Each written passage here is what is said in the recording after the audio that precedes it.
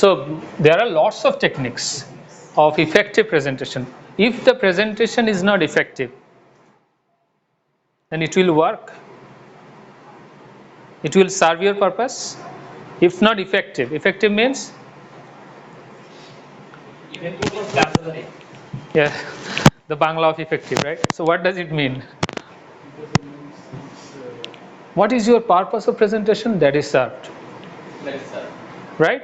So you want to inform others, for example. You want to inform or provide an information to the audience, and your audience understand that information. Audience are involved, your message is very clear, and you are successful in informing the audience. You are doing it effectively, right? For example, you are going to demonstrate something. Class demonstration is one type of speech, showing something. বলছিলাম না মেশিনের কোনো process দেখাতে পারেন, সফটওয়্যারের কোনো process দেখাতে পারেন, কোনো জেনারেল কিছু দেখাতে পারেন. So you are demonstrating something, but the audience doesn't understand anything. So that's not effective. You are speaking a lot, but your audience doesn't understand. So that is effective? No. মানে আমি বললাম ঠিকই অনেক, কিন্তু আপনারা বুঝলেন না, সেটা তো এফেক্টিভ হবে না. So effective presentation এর জন্য first of all আমরা কি বললাম? Your content. So what is your content? That means what are you going to present? But another more important thing is how you are going to present. R effectiveness এইটার উপরই বেশিরভাগ সময় নির্ভর করে. The same content, if I give you the same thing, same slides, same content, same environment, same audience, but the presenter is different, will it be same or different? Different. So what he or she is going to present is the same, but how they are going to present is different. So the same content, someone might be effective, someone else might not be effective because of the other factors. For example, how you speak, how you are speaking. Speaking is a vital part of presentation. Other things are going to help you, like visuals, PowerPoint slides, your expressions. Your speaking is very important. And as we are talking about speaking in English, presenting in English, so we have to know different things, different elements of good speech. Speaking কি কি ধরি আমরা, মানে কোন কোন জিনিসগুলোকে আমাদের খেয়াল রাখতে হবে, এই ব্যাপারগুলো আনতে হবে. আর এর সাথে আসবে নন ভার্বাল এলিমেন্টস গুলো. So for example, whenever we are talking about speaking, we need to focus on four things. We need to focus on four things. First of all, your pronunciation.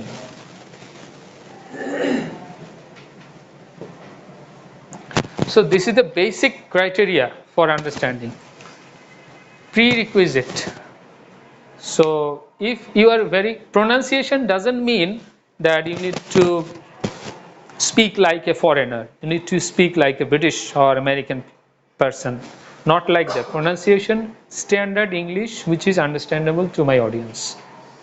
So I'm speaking, you understand me, I'm not a British, non-native, I'm not a native speaker or American, but I'm using English which is understood, right?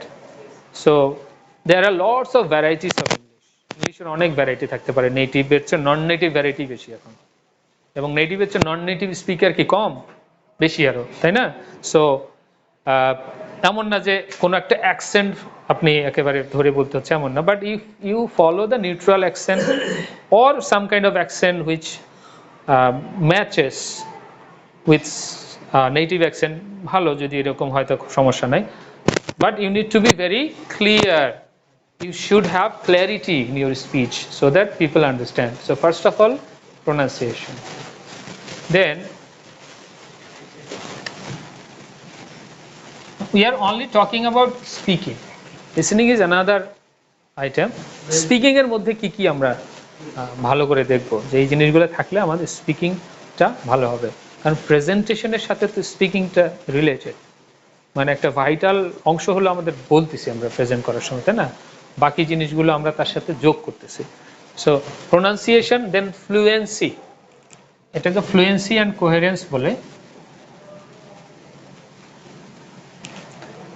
Fluency and coherence means, fluency doesn't mean that you have to be very fast or very slow. Fluency means your normal speed of your speech, smoothness of speech. So I'm speaking to you, I'm not going very fast or I'm not very slow. I'm maintaining a normal natural speed so that communication is done properly. ওই যে ওখানে effectiveness, যেটাকে যখন একটু pause দেওয়া দরকার ওখানে pause দেওয়া, যেটাকে একটু দ্রুত বলা যায় সবই একই রকম ভাবে বলে ফেললে কোনোটাই বোঝা যাবে না। So I'm following my audience, that whether they can follow me or not, and accordingly I am maintaining my speed of my speech, right? So that is my natural speed, that is fluency.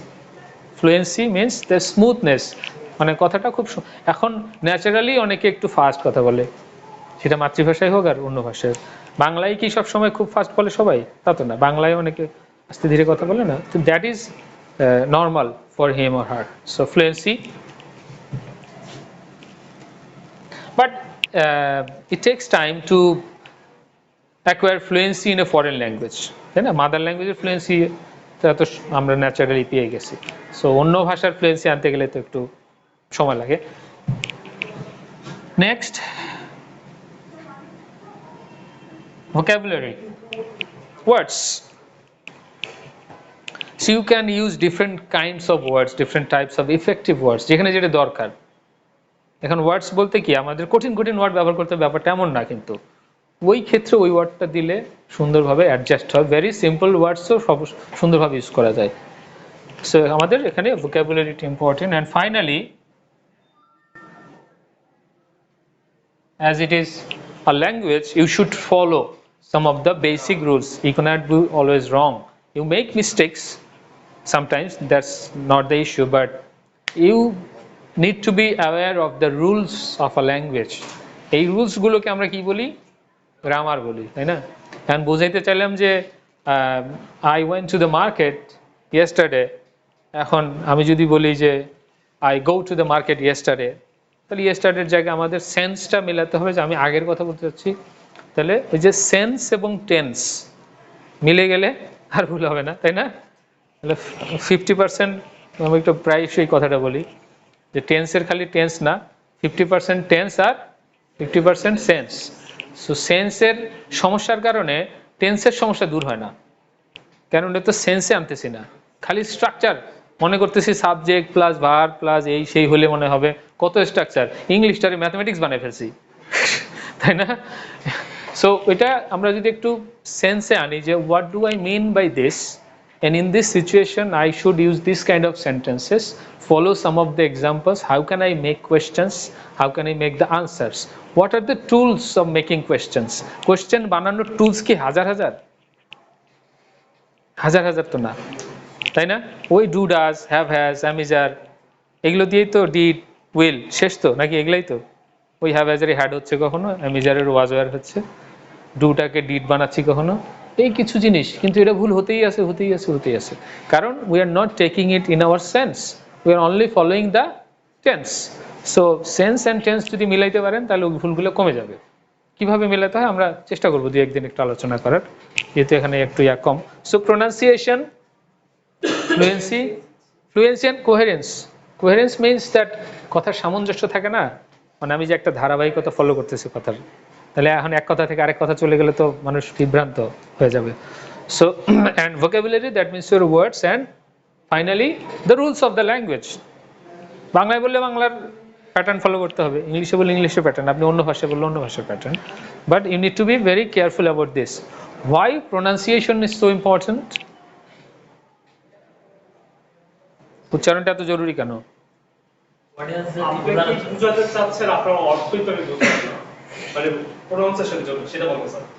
Okay, try it in English. Yes. We can understand the audience. Okay, we can understand the audience. Or audience can understand me properly. তাই না? আমি যদি বক্তা হই তাহলে audience তো আমার কথা বুঝতে হবে, তাই না? তাহলে audience should understand me properly, otherwise pronunciation ঠিক না হলে অনেক ভালো ভালো কথা বললেও তো বুঝতে পারবে না, ঠিক না হলে বুঝতে পারবে না। আচ্ছা, তারপরে ফ্লুয়েন্সি অ্যান্ড কোহেরেন্স। কোহেরেন্স বাদ দেন, fluency wise very important. Fluency মানে আগে বলছি যে ফ্লুয়েন্সি মানে খুব দ্রুত কথা বলার নামই ফ্লুয়েন্সি না। ফ্লুয়েন্সি মিনস খুবই ন্যাচারাল একটা ব্যাপার। সো ফ্লুয়েন্সি এই যে ধরেন আমি কথা বলছি একটু পজ দিচ্ছি, কোথাও দ্রুত বলতেছি। In presentation, this is very important. This is a wave, right? So why, how can you relate wave with fluency or speech? কথার সাথে এটা কিভাবে মেলানো যায় ওয়েভ কে? আপনারা তো সায়েন্সের লোকজন।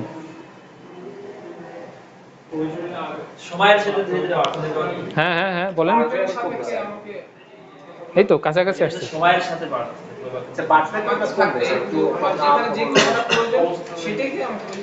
আরেকজন কি জানি বলতে চাচ্ছিলেন? প্রয়োজনের সাথে কথাটাকে কোথায় এগোতে হবে, কোথায় যেতে হবে, কোথায় থামতে হবে, বিষয়টা কিভাবে। রাইট, এক্স্যাক্টলি এটাই বলতে চাচ্ছি। আর একটু যদি বলি কোথায় একটু স্লো হতে হবে, কোথায় ফাস্ট হতে হবে, কোথায় আপার পিচ ইউজ করতে হবে, একটু লো লো, হ্যাঁ কোথায় আপ ডাউন।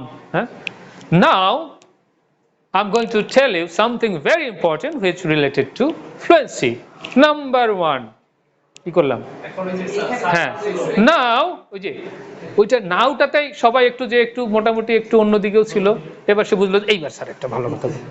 হ্যাঁ কি, লেটস টেক নোট। আমরা খাতা কলম নিয়ে একটু বসেছেন, মনে হয় সিরিয়ালি 4-5টা পয়েন্ট বলবে, এই পয়েন্টগুলো জানলেই জীবনে সাকসেসফুল হওয়া যাবে। Right, am I right? So my tone, my fluency, my ups and downs of the voice says something, একটা মেসেজ দিচ্ছে আপনাকে যে এইবার আমি এটা বলবো। And finally, I'm going to conclude this class with, now you understand that what is going to happen. এইবার আমি উপসংহারে চলে এসেছি, তাই না? জিলেপি দেওয়ার সময় হয়ে গেছে। Right? Okay, so all these are very related, right? And আপনি আপনার দর্শককে, শ্রোতাকে কিভাবে ধরে রাখবেন? এই যেগুলো দিয়েই তো। It will not be monotonous. If you maintain the ups and downs of your speech, it will not be monotonous. এটাকে আমাদের ইয়াতে ইন্টোনেশন বলে, তত নাম জানার দরকার নাই। খালি এটা মনে রাখবেন যে আপনার ভয়েসের একটু মডিউলেশন করতে হবে, ভয়েসটাকে আপ ডাউন করাতে হবে, আপনার প্রয়োজনে একটু ভয়েসটাকে করতে হবে। And remember that, so that everybody in the room, all of the audience, পিছনে যে বসছে সেও যেন আপনার কথা শুনতে পায়। খালি গলায় হলে খালি গলায় যেন শুনতে পায়, সেরকম না হলে যাতে ওই যে সাউন্ডের ব্যবস্থা থাকে সেটাও যেন শুনতে পায়, এরকমভাবে কথা বলতে হবে আপনাকে, তাই না? না কথা শুনলে তো উনি ফেসবুক চালাবেনই, একটা যেহেতু হচ্ছে না আরেকটা চালায়, সময়টা নষ্ট হবে কেন? তাই না? Clear? along with the speaking or other elements. আচ্ছা, vocabulary, আচ্ছা একটু সবগুলো নিয়ে কথা বলি। vocabulary শব্দ চয়ন, তাই না, করতে হবে। why is important? why is vocabulary so important? easy words, হ্যাঁ ইজি ব্যবহার করেন, সমস্যা নেই, কঠিন ব্যবহার করতে এমন না। বরং বলা হয় যে প্রেজেন্টেশনে, এক্স্যাক্টলি প্রেজেন্টেশনে সবসময় চেষ্টা করবেন যে খুব কমন ওয়ার্ডস ইউজ করেন। মানে টেকনিক্যাল জিনিস হলে সেটা টেকনিক্যালি বলবেন, বাট মানে জেনারেল কথাগুলোর জন্য appropriately common words, so that audience can understand. Don't make it complex. মানে আপনি জানেন বলে সব কঠিন ওয়ার্ড সিনোনিম দিয়ে লাগাই দিলেন, হয়ে গেলে এমন না ব্যাপারটা। হ্যাঁ যাবেন, কিন্তু অ্যাপ্রোপ্রিয়েট হতে। ফর এক্সাম্পল, গুড একটা ভেরি কমন ওয়ার্ড, তাই না? গুডের তো অনেক সিনোনিমও আছে। You are a very good student, the room is very good, the university is also very good, we went to a picnic, the spot is also very good, the food was also very good or good, right? The scenery of Cox's is also very good. No, sir. And the people we were together also very good. And the overall picnic was very good. হ্যাঁ, আচ্ছা এখানে কি একটু variation আনা যায়, তাই না? সবগুলোতে গুড না দিয়ে ওখানে আপনার ভোকাবুলারি রেঞ্জটা একটু বোঝা যাবে। Appropriate synonyms are there, right? For example, ফুডের ক্ষেত্রে গুড না বলে অন্য কিছু বলা যায়। The food was tasty, yummy, or whatever. And the scenery of Cox's Bazar was beautiful. Awesome. Okay, excellent, fantastic. The people are very friendly. Yeah, gorgeous. The people are very friendly. The weather was fantastic, charming.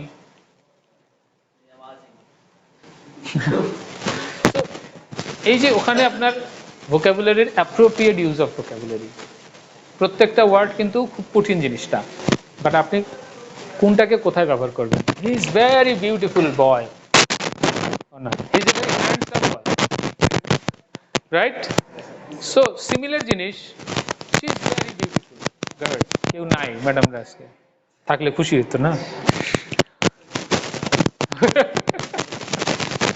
Okay, so same thing. Beautiful means something very good for a boy or girl, and the boy handsome, similar thing, but appropriate use of the words for different persons, different situations. খাবারের বেলায় ভালোকে একরকম বলতেছি, ওয়েদারের ভালোকে আরেক রকম বলতেছি, সিনারির ভালোকে আরেক রকম বলতেছি, তাই না? রেজাল্টের ভালোকে আরেক রকম বলতেছি। Outstanding result, excellent result, good bad very good, ওখানেও আছে, সবই আছে। অ্যান্ড ফাইনালি গ্রামার, যেটা আমাদেরকে জন্ম থেকে জ্বলছি টাইপের। কি ভাই, তাই না? ভাই নাম কি জানি? উত্তম ভাই। সিনিয়র ভাইদেরকে তো একটু খেয়াল রাখতে হবে, বাকিটা না হয় ওই জুনিয়র হিসেবে ব্যাপারটা মেনে নিতে সব কিছু, সিনিয়র ভাইদের হাতে রাখতে হবে। ওকে, অপূর্ব ভাই, উত্তম ভাই, গ্রামারের ব্যাপারে আপনাদের মতামত কি? কি মনে হয়, মানে আপনাদের জীবনে এই গ্রামার আপনাদেরকে কি ভাবে সহযোগিতা না কি ভাবে জ্বালিয়েছে? উত্তম ভাই বলেন।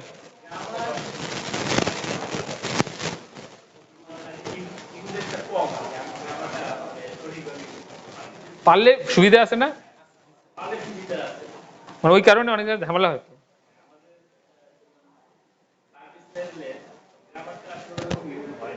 এটা ঠিকই আছে, জানি।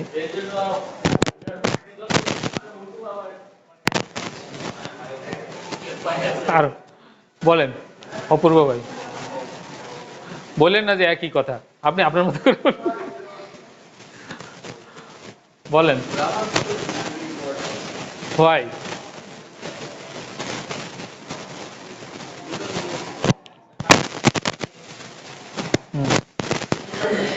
ভাবছিলাম আজকে প্রেজেন্টেশন করাবো। আচ্ছা, নেক্সট ক্লাসে আমরা একটু প্র্যাকটিস করবো, ঠিক আছে? অ্যাটেন্ডেন্স না কমে আবার এই ঘোষণার কারণে। হ্যাঁ, পারবেন ইনশাল্লাহ। শোনেন, মানে মানে চেষ্টা করার পর ভুল হলো, আপনি একটু আগায় গেলেন, আর চেষ্টাই করলেন না, তাহলে তো আগাতে পারলেন না, তাই না? চেষ্টা করেন, 2 মিনিট হোক, 1 মিনিট হোক, বলেন। Don't take it as a just course for passing the exam, take it as a course for practically improving your skills, তাহলে আপনার কাজে লাগবে জিনিসটা, ঠিক আছে? So now it's also important, which is called non-verbal. What are the elements of non-verbal communication?